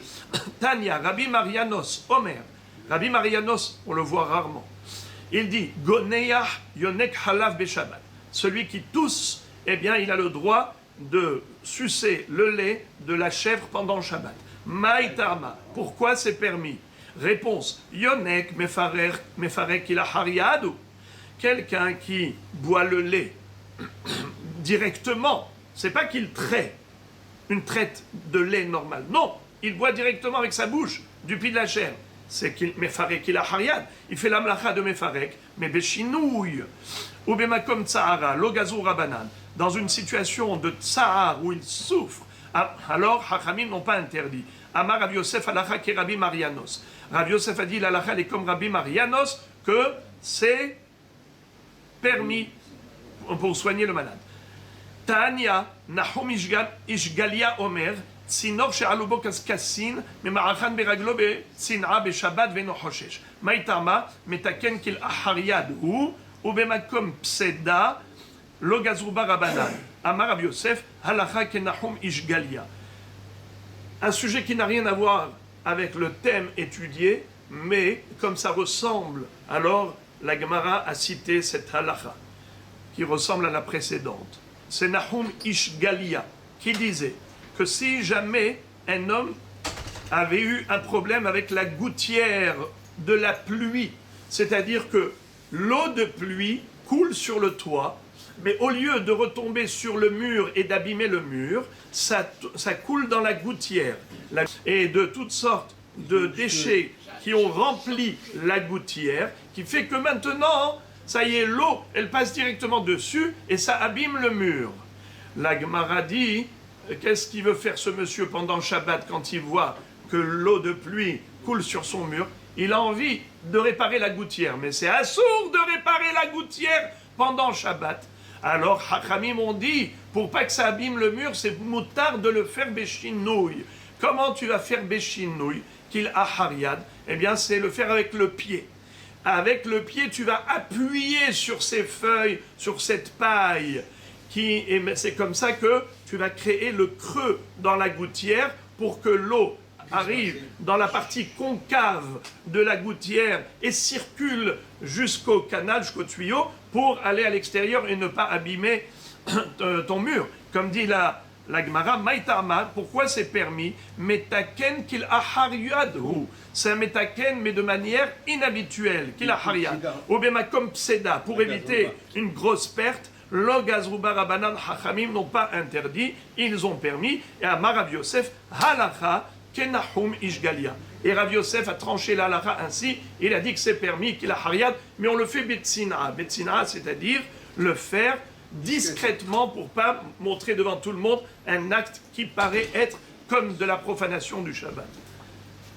Avant de poursuivre le sujet de l'allaitement, on va faire juste le point par rapport au cannibalisme.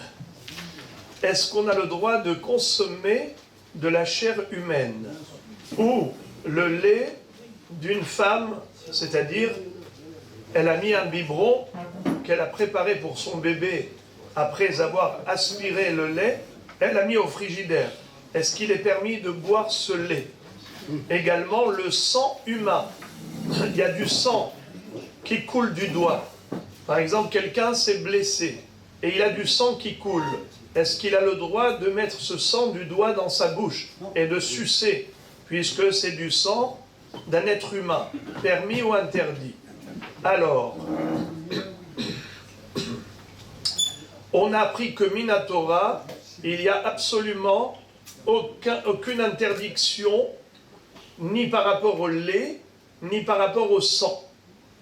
Mais les Hachamim ont interdit soit le lait qui n'est pas détaché du sein maternel, c'est-à-dire du lait qui est au frigidaire, qu'on a aspiré du sein maternel, ce lait est permis. Ce qui est interdit, après l'âge de l'allaitement, à savoir après 4 ans ou 5 ans, ce lait est interdit midera banan, parce que ça ressemble à Ever Minahay, et de ce fait, c'est Asur midera banan kiyonek sheketz. Mais c'est seulement si on boit directement du sein maternel. Ça, c'est Asur midera banan. Inversement, nous dit la Gemara pour le sang humain. Le sang qui coule, par exemple, entre les gencives, on a le droit de l'avaler, mais si c'est du sang qui s'est déjà détaché du corps et on le voit, ça c'est assour. Mishumar ita'ain, c'est assour que midera banan. C'est pas assour minatora. C'est pas comme du sang de l'animal. Et les deux halachot, on les a appris du mot hu, à propos du gamal. Et un gamal qui tamé hu. Et un gamal qui m'a allé guéra hu. Bon. Qu'en est-il de la chair humaine? La Gemara n'en a pas parlé, mais les Rishonim en parlent, et ils disent que on le déduit de Zotahaya Sher Tochelu, Zotabehema Sher Tochelu. Dans la parashat Shemini, il est écrit que voici ce que vous mangerez. La viande de bovin, des ovins, gros bétail, menu bétail. Ça veut dire que Zot abehema sher tochelu, Zot ahaya sher tochelu. Voilà ce que vous mangerez. Sous-entendu que ce qui n'est pas ça est interdit à la consommation. Ça s'appelle lav habal miklal ase ase. Un interdit qui découle d'une obligation est considéré comme une obligation. Ça n'a pas la valeur d'une interdiction, ça a la valeur d'une obligation. Car dans la Torah, il y a deux catégories, assez et l'ota'asé. Fais ça, ne fais pas ça.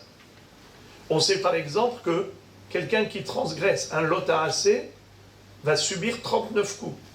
La malcoute, la flagellation, au tribunal, s'il y avait eu avertissement préalable. Mais pas pour la non-application d'une mitzvah assez. Eh bien, quelqu'un qui mangerait de la chair humaine ne va pas recevoir 39 coups. Il n'a pas transgressé un lot assez, selon Rambam, Meiri, c'est juste un issur assez.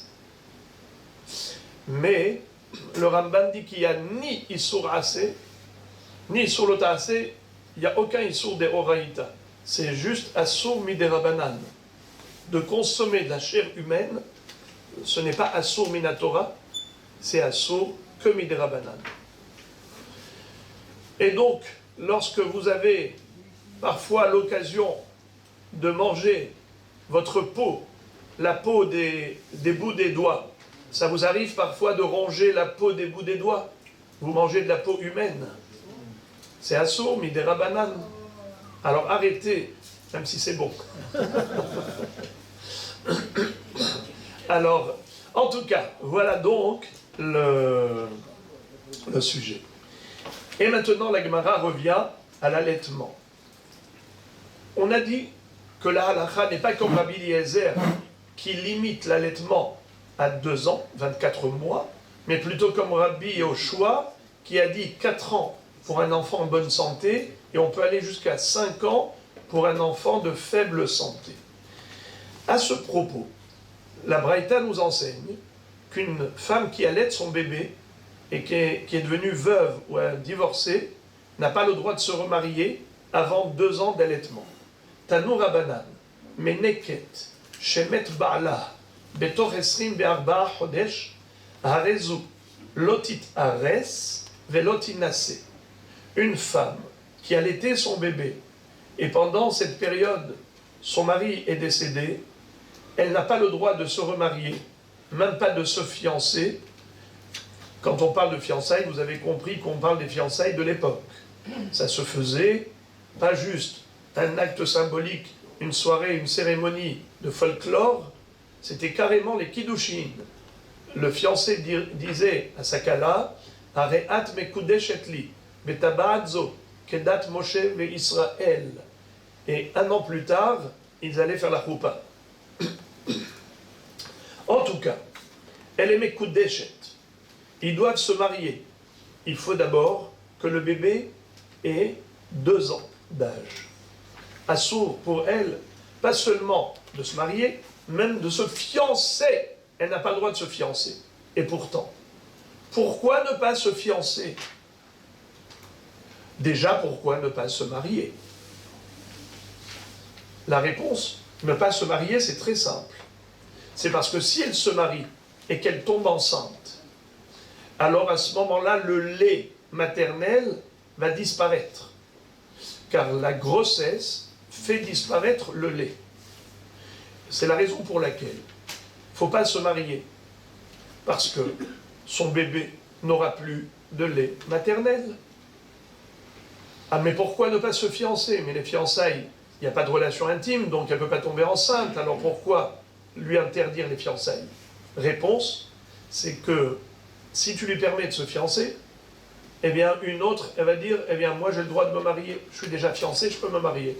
Elle n'était pas fiancée, elle s'est fiancée, moi je suis déjà fiancé, je peux me marier. Il peut y avoir des confusions. Chachamim ont généralisé l'interdiction et ils ont dit interdit aussi bien de se fiancer comme de se marier. Ad esrim ve'arba'a chodesh, jusqu'à ce que l'enfant ait 24 mois et qu'il est hors de danger et qu'il pourra manger d'autres aliments. Divrei Rabbi Meir, ça c'est Rabbi Meir qui nous l'a enseigné. Ve Rabbi Yehuda matir bishmona asar chodesh. Mais Rabbi Yehuda dit qu'après 18 mois d'allaitement, c'est bon, elle peut se fiancer et se marier. Amar Rabbi Natan bar Yosef, hen divrei bet Shammai, hen divrei bet Hillel.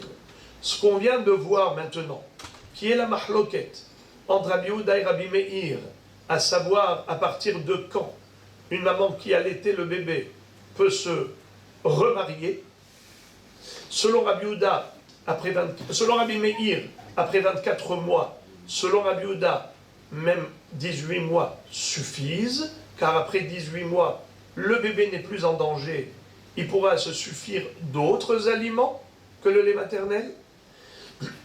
Eh bien, Rabbi Natan bar Yosef nous dit que cette mahloket entre Rabbi Meir et Rabbi Yehuda a déjà eu lieu dans une génération bien antérieure, déjà à l'époque de Bet Shammai Bet Hillel. Chez Bet Shammai omrim, esrim ve'arba chodesh, ou Bet Hillel omrim, chez Mona asar chodesh. En effet, Bet Shammai pense comme Rabbi Meir, plutôt Rabbi Meir comme Bet Shammai, qui disent qu'après 24 mois seulement. Mais Bet Hillel disent 18 mois suffisent, comme a dit Rabbi Yehuda. Amar Rabban Shimon ben Gamliel, Ani achriya. Rabban Shimon ben Gamliel a dit, moi, je vais trancher. Généralement, le verbe achriya, le achriya, dans la Gemara, c'est très précis. C'est quand, par exemple, il y a Rabbi Moshe, il dit blanc. Dans ces deux cas, Rabbi Réhouven me dit noir, dans ces deux cas. Arrive une troisième personne, Rabbi David, et il dit Ani Machriya, ça veut dire je pense comme lui dans ce cas, et je pense comme l'autre dans l'autre cas. Ça veut dire, il fait un compromis, ça s'appelle les Achriya, faire basculer la balance. D'accord? Ici, le terme les Achriya ne correspond pas. Regardez sur le côté en haut, côté gauche, Masoret Hachas, il dit qu'il faut corriger, écrire Ani Afaresh. Je vais expliquer ce qu'ils ont voulu dire et non pas trancher. Car ici, vous allez voir que Rabban Shimon ben Gamliel n'est pas en train de trancher, il est en train d'interpréter. Regardez.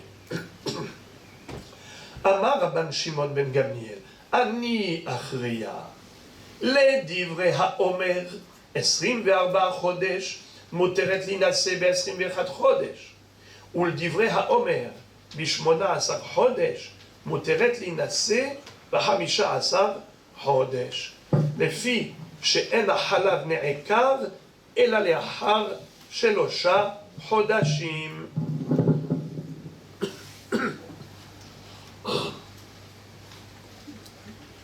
What is it?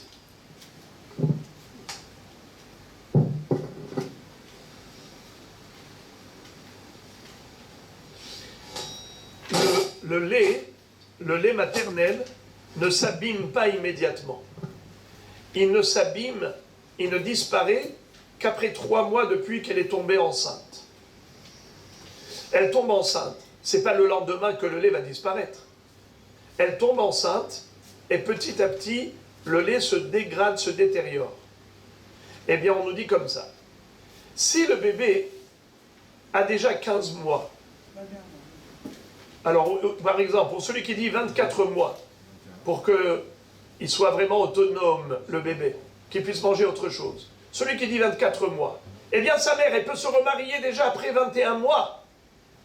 Puisque de 21 mois à 24 mois, il y a 3 mois durant lesquels, même enceinte, elle peut l'allaiter. Alors quel est le problème?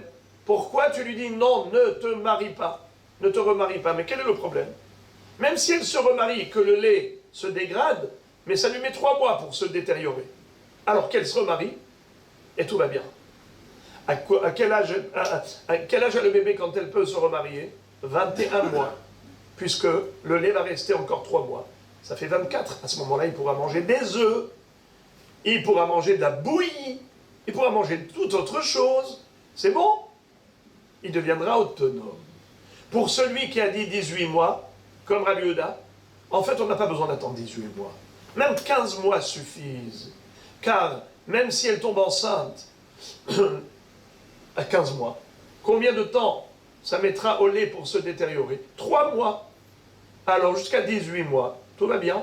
L'enfant a le temps d'allaiter encore jusqu'à 18 mois. Et après, il est autonome. Très bien. Amar Oula. Amar Oula. Halakha ki Rabbi Yehuda. Roula nous dit l'halakha est comme Rabbi Yehuda. C'est-à-dire qui est tolérant et qui autorise la femme à se remarier, donc 18 mois, quand le bébé a 18 mois.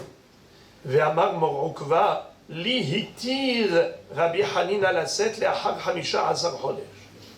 Et Marokva a dit, moi, j'ai posé la question à Rabbi Hanina, il m'a autorisé à me marier avec une femme qui allaitait son bébé, alors que le bébé n'avait que 15 mois. Et il m'a dit, c'est bon, puisque la halakha est comme Rabbi Yehuda qui a dit 18 mois, on n'a pas besoin de 18 mois pleins, car 15 mois plus 3 mois, ça va faire 18 mois, tout va bien, puisqu'il y aura encore 3 mois jusqu'à la détérioration du lait.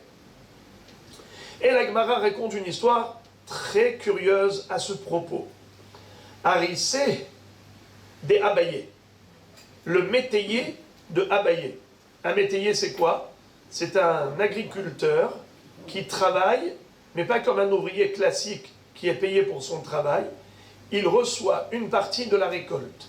Par exemple, un arrangement avec le propriétaire du terrain, il lui dit, écoute, toi tu vas encaisser 30% de la récolte. Moi j'ai un terrain, toi tu as un savoir-faire. Ensemble on fera des heureux. Viens travailler chez moi. Tu t'investis dans le travail, Le résultat, tu reçois par exemple 30%, 40% de la récolte. Ça s'appelle un haris, métayer. Le métayer de Abaye est venu poser la question à Abaye. Il lui a dit, Rabbi, je voudrais me marier avec une femme qui allait. Amarle, Maoulé Ares, Bahamisha Asab Hodesh. Le bébé a 15 mois, elle a accouché il y a 15 mois. Amarle, il lui a dit, oui, c'est permis. Et regardez tout l'argumentaire qu'il expose. Il lui dit, Hada de Rabbi Meir ve Rabbi Yehuda, halacha ke Rabbi Yehuda. Uno, c'est que quand il y a une marloquette entre Rabbi Meir et Rabbi Yehuda, nous avons une règle. La halacha, elle est comme Rabbi Yehuda. Rabbi Yehuda, qu'est-ce qu'il a dit? 18 mois. Rabbi Meir a dit 24 mois. Eh bien, il faut être cool comme Rabbi Yehuda. Oui, mais elle n'avait que 15 mois. Le bébé n'avait que 15 mois. Comment ça se fait? Rabbi Yehuda dit 18 mois. Mais on avait déjà appris que quoi? Qu'on n'a pas besoin d'attendre vraiment 18 mois. Parce que même si elle se remarie à 15 mois, le temps que le lait se détériore, ça en fait encore 3 mois. Alors tout va bien. En plus, Vérod, Bet Shammai ou Bet Hillel, halacha ke Bet Hillel. On a dit que la même marloquette entre Rabbi Meir et Rabbi Yehuda a déjà eu lieu entre Bet Shammai et Bet Hillel. La halacha est comme qui? Évidemment comme Bet Hillel. Ve Amar Oula, halacha ke Rabbi Yehuda. Et Oula dit clairement la halacha est comme Rabbi Yehuda. Ve Amar Mar Ukva, Lihiti Rabbi Hanina la set la hamisha asab chodesh. Mon Rukva a raconté que Rabbi Hanina lui avait permis de se remarier après 15 mois. Mikol Sheken de Atli Ares. À plus forte raison, dans ton cas de figure, c'est sûr que c'est permis. Parce que toi, qu'est-ce que tu veux? Tu veux que te fiancer, lui dire Areat Mekudeshet Libetabatzu Kedat Moshe Israël. Tu ne veux pas te marier avec elle, tu veux que te fiancer. Alors c'est sûr que c'est permis. Voilà. Il lui a dit permis.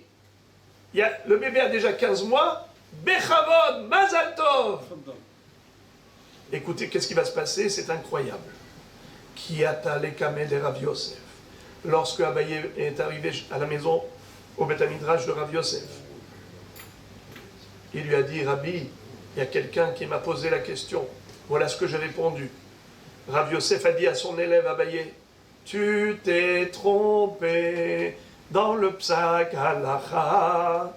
Tu lui as permis de se remarier après 15 mois, depuis la naissance du bébé, alors qu'elle allait de son bébé. Tu as fait une erreur. Pourquoi? Amar le Rav Shmuel d'Amre Tarvayu, Tzricha lehamtin 24 chodesh, chutz miyom shenolad bo, vechutz miyom shenit'arsa bo. Rav Shmuel, tous les deux, ont dit que la femme qui allait de son bébé ne pourra même pas se remarier, même pour se fiancer, elle n'a pas le droit qu'après 24 mois, et 24 mois après le jour de la naissance, et à part le jour du mariage, de fiançailles. Ce qui veut dire qu'il faut attendre 24 mois pleins, comme Rabbi Meir l'a dit. Parce que nous verrons que halacha ke Rabbi Meir bigzerotav, et on l'a déjà vu. Rappelez-vous, 3 mots. Halacha ke Rabbi Meir bigzerotav. Quand est-ce qu'on dit que la halacha est comme Rabbi Yehuda? C'est lorsque c'est une marloquette de fond. Mais quand c'est une marloquette de forme, la halacha est comme Rabbi Meir. C'est-à-dire, Rabbi Meir, quand il fait des xérotes, il ne faut pas faire ça de peur que, eh bien la halacha est comme lui. Et ici, c'est une gezera de Hachamim. La halacha est comme Rabbi Meir. Donc il faut attendre que le bébé ait 24 mois d'allaitement, et là, elle peut se fiancer. Question? Alors dans ce cas-là, si tu me dis que le lait, s'il se détériore, le bébé est en danger, puisqu'il ne peut plus allaiter, alors comment un mari qui est marié avec son épouse, il a eu le bébé avec elle, comment il peut avoir une relation conjugale par la suite? Tu vas me dire que tant qu'elle allait, jusqu'à 24 mois, il n'a pas le droit d'avoir une relation intime avec elle parce qu'elle peut retomber enceinte et le bébé va être en danger? Évidemment que c'est permis. Et pourquoi? Quelle est la différence? La réponse est très simple. La Gemara dans Yevamot nous l'a déjà expliqué. C'est que le papa du bébé. Si jamais son fils n'a plus de lait maternel, eh bien il va aller acheter de la bouillie, il va acheter des œufs, il va acheter du lait de vache, il va acheter toutes sortes de choses pour compenser, pour combler les besoins de son bébé, parce que c'est lui le papa, et c'est à lui qu'incombe le devoir de le nourrir. Par contre, sa maman, si elle se remarie avec un autre homme, parce que le mari est mort, ou elle a divorcé, le nouveau mari, il dit, mais attends, mais ce n'est pas mon fils. Mais pourquoi tu voudrais que moi j'aille payer tout le budget de la nourriture? Tu t'imagines? Regarde toutes les factures, ce que ça donne avec la chute de l'euro, c'est une inflation grave. Alors, il risque de le laisser mourir de faim, parce que c'est un enfant étranger. Voilà pourquoi la mère n'a pas le droit de prendre de risques, de tuer, de causer la mort de son enfant qui va crever de faim. Alors, résumé, Abaye a autorisé un homme, son métayer, à se remarier avec une femme, plutôt à se marier avec une femme qui était déjà mariée autrefois, qui allaitait son bébé, et voilà que le bébé avait déjà 15 mois. Il lui a dit, tu peux te marier avec elle. Parce que la halakha est comme Rabbi Yehuda, et comme l'a expliqué Marokva et Rabbi Hanina, que 15 mois c'est bon, puisque de 15 on va arriver à 18, le temps que le lait se détériore. Il lui a dit, mais Rabbi Yosef lui a dit, tu t'es trompé. La halakha est comme Rabbi Meir Bigzerotav. Et donc il fallait 24 mois plein. Rabbi Yosef a eu un pincement de cœur. Pardon, Abaye a eu un pincement de cœur. Il dit, quoi, je me suis trompé? Bien sûr que je m'en rappelle. Waouh! Je m'en rappelle de cette halakha de Rav Shmuel que j'avais oublié. Il se met à courir 3 parsaot. Une parsa égale 4 km. 4 km x 3, ça fait 12 km. Certains disent que c'était une parsa qu'il a couru, mais dans le sable. Il a couru dans le sable. Allez-y courir sur le sable de la plage, le sable fin. Faites-moi 4 km maintenant en courant, on va voir. Vous arrivez, essoufflé. Il se met à courir. Pour attraper qui? Le bonhomme, son métayer. Il lui dit, ne te fiance pas. Il voulait lui dire, mais il n'a pas réussi à le rattraper. Vélo adreché. Ah, il a eu un pincement de cœur, un regret de s'être trompé au niveau de la halakha. Vous savez qu'est-ce qu'il va dire à Abaye tout de suite? Il va dire, vous savez pourquoi ça m'est arrivé? Que Dieu m'a fait oublier la halakha parce que je méritais une sanction. Car je me suis permis d'enseigner une halakha dans la ville où mon Rav se trouvait présent. Rav Yosef, mon maître. Et un élève n'a pas le droit d'enseigner la halakha devant son Rav. C'est-à-dire même dans le cas où le Rav lui a permis d'enseigner la halachot, on va voir tout de suite, parce que évidemment que Abaye ne manquait pas de respect à Rav Yosef, il ne se serait pas permis une chutzpah. Mais pourquoi est-ce qu'il s'est trompé? Parce que Akadosh Baruch Hu ne va pas l'aider à se souvenir de tous les éléments de la halakha, étant donné que ce n'est pas correct, ce n'est pas un comportement convenable d'enseigner la halakha devant son Rav, même si son Rav est là, dans la ville de son Rav, même si son Rav lui a permis, excusez-moi, même si son Rav lui a permis. On va lire. Amar Abaye, Haimilta, de Amur Abanan, Afilu Be'ata Bekutha, Lol Yishre Inish Bemakom Rabbe. Vous savez que il y a des halakhot qui sont tellement évidentes que Be'ata Bekutha. Qu'est-ce que c'est que le koutar? Le koutar, c'est une sorte de vinaigrette, ou plutôt de crème à tartiner, qu'on fabriquait à l'époque en mettant 3 éléments. Du lait, un tiers c'était du lait, un tiers du sel, et un tiers c'était du pain moisi. Et on faisait un mélange et ça faisait une crème à tartiner salée. Je ne sais pas de quelle origine ça venait, mais en tout cas, ça s'appelle, oui, de Babel. Koutah hababli. Eh bien, les amis, ce koutah, c'est du lait. Est-ce qu'on a le droit de mettre dedans de la viande? Bien sûr que non. Est-ce qu'on a le droit de mettre du poulet? Non plus. Est-ce qu'on a le droit de mettre dedans des œufs? Oui. Vous dites oui. De l'œuf dans le lait, c'est permis. Eh bien, on nous dit, même ça, il ne faut pas l'enseigner si ton Rav est à côté. Si quelqu'un te pose la question, Rabbi, j'ai le droit de mettre de l'œuf dans le koutah, oui ou non? Toi, tu sais que c'est permis. C'est évident que c'est permis. Faut pas le dire. Tu dis, va demander au Rav. C'est comme ça que Abaye va dire, Afilo be'ata bekoutha. Mais les Mefarshim expliquent que ici, on ne parle pas d'œuf classique. Un œuf classique, c'est évident que c'est permis. On n'a même pas besoin de demander au Rav. Qui ne sait pas ça? Même les ignorants, ils le savent. On parle ici d'un œuf entier, mais qui était dans le ventre de la poule. Ça vous est déjà arrivé d'ouvrir le ventre de la poule et de trouver dedans des œufs qui sont complets, qui sont entiers? Oui, vous avez déjà vu ça. Eh bien, ces œufs, on a le droit de les mélanger au lait. C'est de ces œufs qu'il s'agit, que la question se pose. Permis, interdit, permis.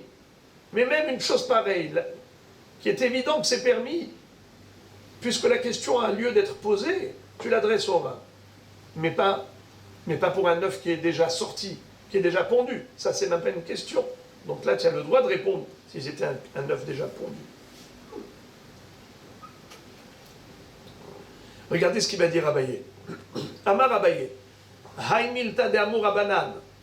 Afilu bi'ata bekutha lo lishe'inish bemakom rabeh. Même un œuf dans le koutah, un homme ne doit pas autoriser en présence de son maître. L'homme ishum de merzeki afkeruta. C'est pas parce que c'est de la chutzpah. Parce que ici, nous dit Tosfot, c'est sûr que le Rav, il était mohel al kvodo, et il avait permis. Il avait autorisé Bevaddaï à Abaye. Et la mishum de l'omistay amilta les memra. Tout simplement, c'est parce que Akadosh Baruch Hu, il ne va pas t'aider à dire une halakha juste. Dea Ana, Avagamir Nalele Haderav Shmuel. Abaye va dire, moi-même, je me suis souvenu que j'avais déjà appris cette halakha de Rav Shmuel, et pourtant je l'ai oublié. Va filo achilo mistay ali milta le memar. Akadosh Baruch Hu ne m'a pas aidé à me rappeler, de me souvenir de Rav Shmuel. Je les ai oubliés au moment où j'ai tranché la halakha faussement. Car Rav Shmuel, on dit 24 mois avant fiançailles, et moi j'ai dit 15 mois pour les fiançailles.